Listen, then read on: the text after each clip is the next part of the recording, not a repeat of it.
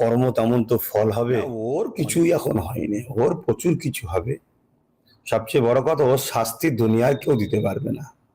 ওর যে শাস্তি পাওনা, ওটা ওই যে জাহান্নামের কুকুর বলেছি, ঠিক সময়তেই হবে। নারীদের ইজ্জত থেকে শুরু করে ছোট্ট ছোট্ট শিশু বাচ্চাদের উপর যে জুলুম করেছে, ইফতারের সময় যেভাবে মানুষের ইফতার ঘরকে কল তুলে নিয়ে যাওয়া, পাত্র তুলে নিয়ে যাওয়া, ওর এখন কিছুই দলকে ভেঙে টিএমসি দল তৈরি করেছে।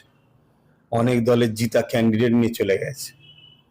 আজকে স্যার রিয়াকশন, ওর শাস্তি এই সরকারও দিতে পারবে না যে শাস্তি হওয়ার দরকার।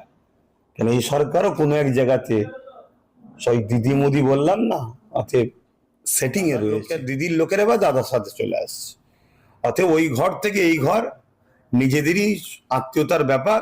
তো সেই জায়গায় ওখান থেকে রিজাইন দিয়ে এখানে আসছে। এবারে এখন কোনো একটা জায়গায় যে আবার তো করে খেতে হবে। এখন বিজেপি ক্ষমতায় আসছে, বিজেপির জায়গায় দাদার জায়গায় যে করে খেতে হবে। এই রাজ্যে বিজেপিকে আনার মূল আশায় মূল যে দায়িত্ব, সেটা কে? টিএমসি। আমিও চাই না, কেন টিএমসি দলটা অভিশাপ, মানুষের প্রচুর ক্ষতি করেছে, মানুষের বহুত ক্ষতি করেছে। সবচেয়ে বড় কথা, এই টিএমসি দলটার জন্য আজকে বিজেপিটা এলো। অর্থাৎ এই দলটা থাক, এটা আমি চাই না। কংগ্রেস মমতাকে তুলেছিল, কংগ্রেস মমতাকে জায়গা দিয়েছিল, সেই মমতা ব্যানার্জি কংগ্রেসকে শেষ করে নতুন দল তৈরি করে বিজেপির হাত ধরে এই বাংলাতে এসেছে। এতদিন তো মেয়র পদে ছিল, কি করেছেন? ওয়াকাফের জায়গা দখল করেছেন।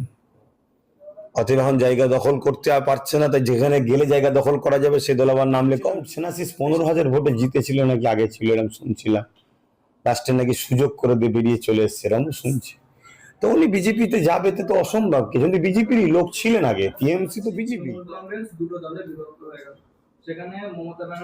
বন্ধুরা, এই ভিডিওটি ভালো লাগলে লাইক শেয়ার করবেন।